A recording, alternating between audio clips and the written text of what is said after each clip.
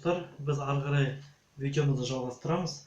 Бүгінгі видеода газеттен жасалған себеттеріміздің астын қалай мен өзім қалай жасап жүрмін, соны мен сіздерге бүгін көрсеткім келіп отыр.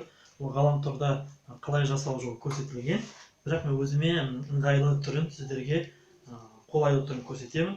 Бүгінгі видеода мынандай ыдысты пайдаланып балаларға арналған ойыншық салатын немесе балалардың шағын киімдерін салатын себетті қалай тоқимыз, соны көрсетпес бұрын ең алдымен оның астын қалай жасауды үйренеміз. Ол үшін бізге мынандай қарапайым 2 дана картондар қажет.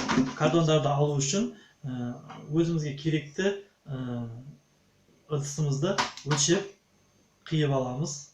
Мінекей, қиып аламыз. Содан кейін оның үстіне картонның қара түсі, қоңыр түсі шығып кетпесін, салфеткадан өтіп міндетті түрде ақ қағаз жабыстырамыз. Қарапайым А4 принтерға арналған қағаз. Содан кейін салфетканы жабыстырып, ары қарай жұмысын көрсетеміз. Сонда біздің жасаған картонымыз осындай түс болып шығады. Бұны біздің ойыншық салатын себетіміздің асты біреуі дайын болды. Бізге осындай 2 дана керек. Өйткені екеуін бір-біріне жабыстырып, осындай қалыңдатамыз. Енді осының қалай жасалу жолын тез көрсетіп кетейік.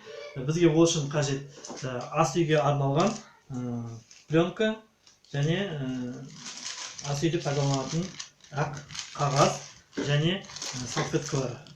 Сондай түрлі салфеткалар кезеген дүкенде сатылады. Өзімізге ұнаған түсін аламыз. Біз бүгін балаларға арналған болғандықтан мынандай өзімізге үйлесетін түсті аламыз. Ол үшін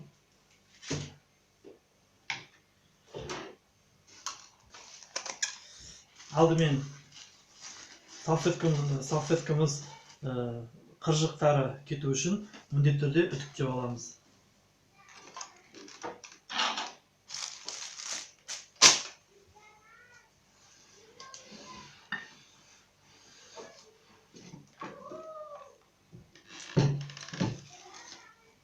Содан кейін салфетканың бізге тек қана суреті бар беті керек, артындағы қабаттарын алып тастаймыз.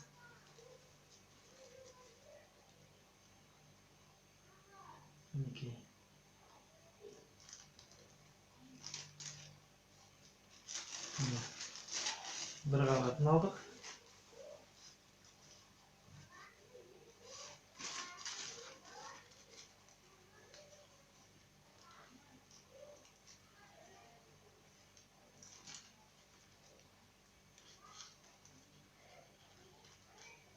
Бұдан кейінгі келесі қабатында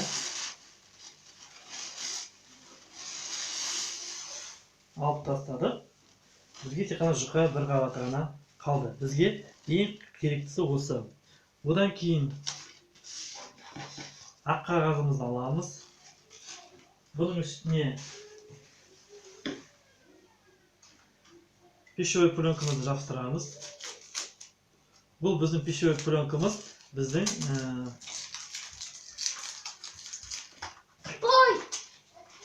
клейіміз.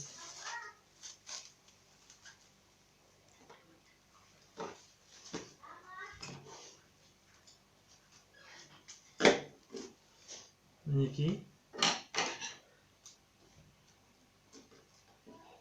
қиып аламыз.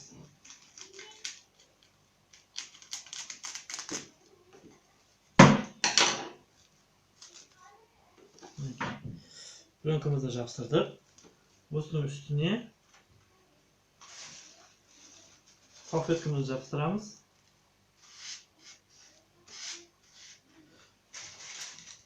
Салфетканың үстіне қағазымызды төсейміз.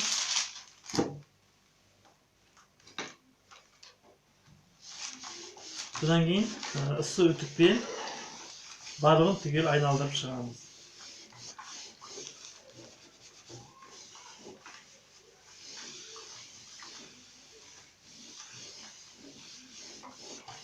Жасалу жолы өте оңай.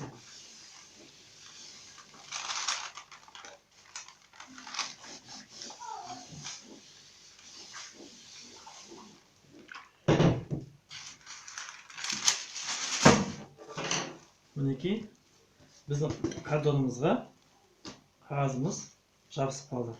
Одан кейін ары қарай қағазды үтікпен орап ары қарай жұмысымызды жалғастыра береміз. Мінекей осылай барлығын түгел айналдырып шығамыз. Мінекей бар болған осы біздің картонымыз мынандай дайын болды. Мінекей келесі сабақтарымызда ары қарай газетте жасалған трубкаларды қалай жалғайтынын, қалай клейлеу керек екенін толық көрсететін боламыз. Рахмет.